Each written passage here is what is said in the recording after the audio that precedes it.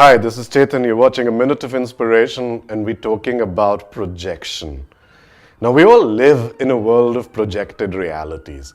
We see something around us and we project an opposite and we start to build a lot of momentum and action towards achieving it. You see sadness, or you wake up one morning and you're feeling sad and you project an ideal which is called happiness. And now what do I need to do to get out of the sadness and into happiness, which could be go watch a movie or go hang out with friends or grab a few beers or something like that. And that's a projected reality.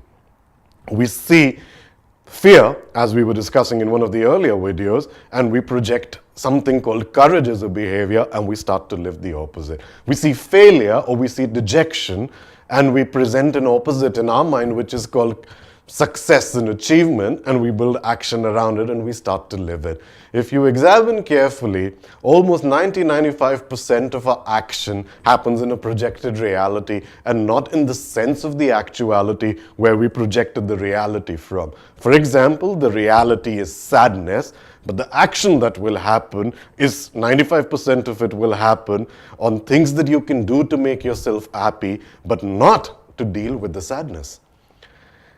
It's okay, we live in these projected realities because they seem to work, or they tend to create an illusion of working, and I called it an illusion because if I haven't really dealt with the actuality, then no matter what I projected onto will only last that much of a while, because it'll still come back to what I have not dealt with.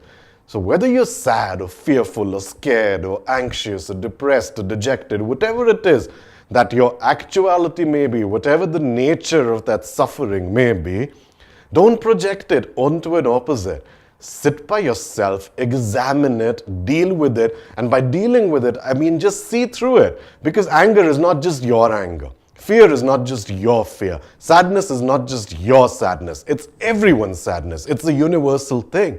So see it, learn it, grow it, understand the root of it, and by very virtue of being able to stay with it, not projecting it, understanding and going through it, it just gets over because you make sense of it. And once it's over, you don't need a projected reality. What remains at the end of sadness, for example, will be a state of non-sadness. We don't need to label it. You'll just feel better. That much I can tell you.